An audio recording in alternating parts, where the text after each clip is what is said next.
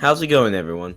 Welcome back to the NFT Nation podcast, the most relatable and reliable NFT and crypto podcast in the nation. In today's episode, I kind of wanted to come on today and explain about what nodes are with the increasing kind of popularity of nodes, especially with a lot of people getting into nodes, blockchain nodes, and all of that. I just thought, I might as well make a little episode explaining what blockchain nodes are so everyone can have a better understanding of what they are when many influencers and kind of crypto personalities talk about nodes kind of all throughout social media. So let's just hop right into it. So, kind of the basics of blockchain nodes and kind of like an overview is that a node is a component of cryptocurrency that is required for most popular cryptocurrencies, for example, something like Bitcoin or even Dogecoin, to function. In addition, it is an essential component of the blockchain network, which is a decentralized ledger used to keep track of cryptocurrencies. So, pretty much, it plays a very important part into kind of the entire blockchain space.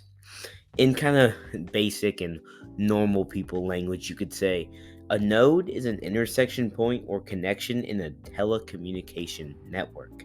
A node can also refer to any system or physical equipment that is connected to a network and capable of performing specific duties, such as creating, receiving, or sending data across a communication channel. So, a Bitcoin miner would be an example of a node. In crypto, however, a node is a computer that is linked to a cryptocurrency network that may perform certain tasks, such as producing, receiving, and moving data. Depending on the protocol, the explanation may differ. For example, a resident network might have a fax machine, 3 laptops, and a file server. The network in this scenario has 5 nodes, each with its own MAC address for identification. The term node is most commonly used in the blockchain industry, even though it is kind of used all over the technology space. So, with that basic understanding, let's kind of get more in depth. Let's get a better understanding of what a node is. So, blockchain nodes are network stakeholders and their devices that are authorized to keep track of the distributed ledger and serve as communication hubs for various network tasks. A blockchain's nodes primary job is to confirm the legitimacy of each subsequent batch of network transactions known as blocks. So, pretty much, this is similar to a miner or something like kind of just a stake where you are verifying the transactions that go through a certain network. In addition, allocating a unique identifier to each node in the network helps to distinguish a node from other nodes in the network easily. A proof of work or POW blockchain, such as Bitcoin or Monero, includes miners who are responsible for the following. Only full nodes are required to store all blockchain transactions on their devices. So when you have a full node, they have to store all the blockchain transactions. These nodes are in charge of validating blocks and transactions. On the other hand, lightweight nodes have low storage requirements because they just need to download block headers or to verify transactions, so they don't have to store as much data, which this is obviously why they are lightweight nodes. And that's why they have low storage requirements. A block reward is not always included in either of these versions of a full node, so sometimes there isn't even a block reward. There's just the node, if that makes sense. So with that out of the way, what does a node do and what are the functions of a node? A block broadcasts all the network nodes when a miner seeks to add a new block of transactions to the blockchain. Based on the legitimacy of a block, nodes might accept or reject. When a node accepts a new blockchain of transactions, it saves and stores it on top of the existing blocks. In a nutshell, nodes do the following. Nodes determine whether or not a block of transactions is legitimate, and they accept or reject it. Nodes save and store transaction blocks, aka storing blockchain transaction history. So if you wanted to look back and see the transaction history of, say, Bitcoin, the nodes would store that information. Also, it would store the transaction history that is broadcast in disseminated by nodes to other nodes that may need to synchronize with the blockchain. So pretty much nodes will tell each other kind of updated blockchain transaction history, and they'll all kind of store it separately. So, how does a node actually secure and kind of make the blockchain better? The availability of a blockchain node is another approach to classify it.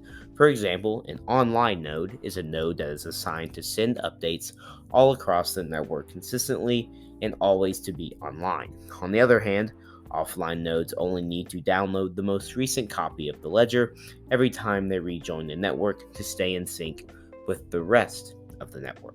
This process is termed synchronizing with the blockchain because they're all kind of saying to each other, hey, do we all have the same transaction history? A single node can potentially operate a complete blockchain, but because it is kept on a single device, it is particularly vulnerable to things like power outages, hackers, and systemic malfunctions.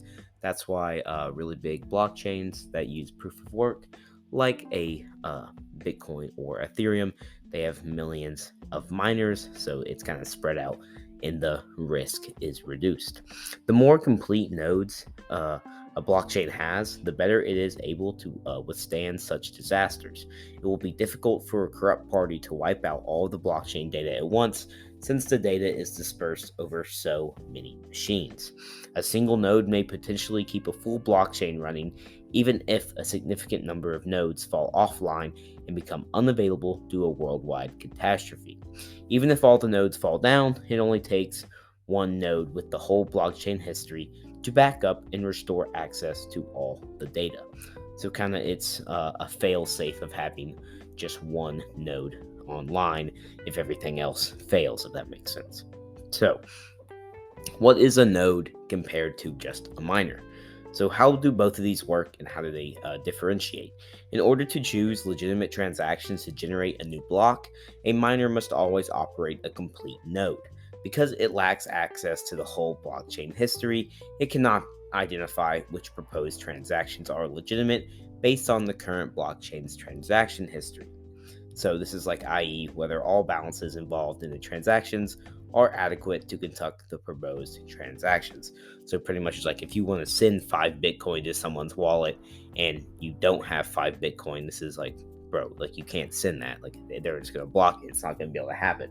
So as a result, the miner is always a complete node because it has to check both the receiver and the sender, if that makes sense. On the other hand, a node does not always have to be a miner. A miner has to be a node, but a node does not have to be a miner. A device can run a complete node by receiving, storing, and broadcasting all transaction data without actually creating new blocks of transactions, kind of like a server. In this scenario, it acts more like a passing point with a directory, whereas a miner does the same and tries to produce new blocks of transactions. So, with that out of the way, what is a master node? So, with the basics of nodes out of the way, let's hop into, obviously, master nodes. Master nodes are generally more powerful than regular nodes. That's why they're called master nodes. Master nodes are used in several blockchains. Master nodes, in addition to validating, preserving, and broadcasting transactions, may also assist in other events on the blockchain, depending on their nature, such as managing voting events, providing protocol execution, and enforcing the rules of a respected blockchain. Masternodes are usually available like 24/7, and they have a lot more RAM than regular nodes. A masternode may be compared to running a very big server on the network because hosting a masternode necessitates significantly more resources. Running a masternode takes more energy, more uptime, more maintenance, more storage space, and even more memory. It is frequently compensated by getting paid in interest. So if you do run a masternode for a blockchain, you are normally rewarded for doing so. So, what's the difference between running a regular node and running a master node? So thousands of nodes can be active at the same time on some blockchains. Anyone may run a node by downloading a blockchain's transaction history. Many crypto and blockchain enthusiasts volunteer to run nodes. They do contribute to the blockchain community's development, security, and integrity. But it's also a fun pastime that makes them feel like they're part of the project. Running a node is reasonably straightforward for someone with a basic understanding of technology and does not necessitate many resources or time. On the other hand, some blockchains currently have so much transaction data that running a complete node demands a lot of RAM on a device. As a result, wallet programs are used by many crypto users who only wish to use a blockchain. They may broadcast transactions from their wallet without downloading the complete blockchain history to their smartphone using these apps, just because it takes up too much space. In contrast, not just anyone can run a masternode. The host must deposit a minimum, sometimes a massive amount, of quantity of crypto as collateral because the power of operating a masternode could be exploited because a masternode can be very powerful. When the masternode host breaks the blockchain's regulations, the collateral acts as a hostage. So it's like if you break the rules, we're going to take your down payment, if that makes sense. A masternode's host's interest rate is computed based on their collateral deposit. For example, Dash, that is a popular blockchain, has a built-in masternode functionality. Running a masternode on the Dash blockchain is very expensive. To host a masternode on this blockchain, a minimum of 1,000 Dash is required, which is a little bit under $200,000 at the time of recording. However, the Dash blockchain returned to an annual interest rate of 11%, making it potentially a tempting investment, according to a website that records the number of masternodes currently active on the Dash network. There are up to 4,941 active masternodes at the current time of recording, with a little bit over 1,200 in the United States. So, to conclude this episode, nodes are very critical to the operation of a blockchain network because they keep all participants honest and assure data integrity. Most blockchains networks utilize monetary incentives such as mining or staking to motivate users to operate complete nodes. However, regardless of the incentives, users put their own complete nodes freely up because they believe in the future of a project and want to assist and preserve it as much as possible. However, keep in mind that running a complete node incurs expenses and many hazards. And while there are several online manuals, the process of putting them up might be too complicated for folks who are pretty unfamiliar with blockchain or even programming. So you can always seek advice from many blockchain professionals. In that case, you want to have the best professional knowledge. Then you can probably look for some blockchain certification courses. There's a lot of websites where you can actually learn blockchain and learn smart contract coding and all that. There are many edutech platforms available online that offer certifications with blockchain training as well. So, to end this episode, always make sure you do your research before you dive into any crypto investment or even an application. I just kind of want to reiterate that just because if you kind of go and run a node blindly and you don't really know what you're doing, you do have the potential to do something harmful to yourself because you just want to make sure you're being safe doing everything. But also, I really hope you all learned something today. I really hope I did my best to explain to you all what a node is, especially the difference between a node and a miner. So I just want to say that all miners are nodes, but not all nodes are miners. I'll leave you with that just to kind of like to summarize it even more. But please let me know in the poll in the Spotify link kind of how can I improve? What would you have liked me to kind of talk about more about nodes to give you all a better understanding? Please leave that in the poll. And even if you want to contact me and tell me how I can improve and how I can do better, feel free to do that via our social medias. So there's going to be a Linktree link in the show notes. Click on that. You can contact us on our Instagram, Twitter, TikTok, or even YouTube if you want. And also, I have my email in there, so feel free to contact us anyway if you want to leave us a message. Even if you just want to say, hey, good job, like the episode.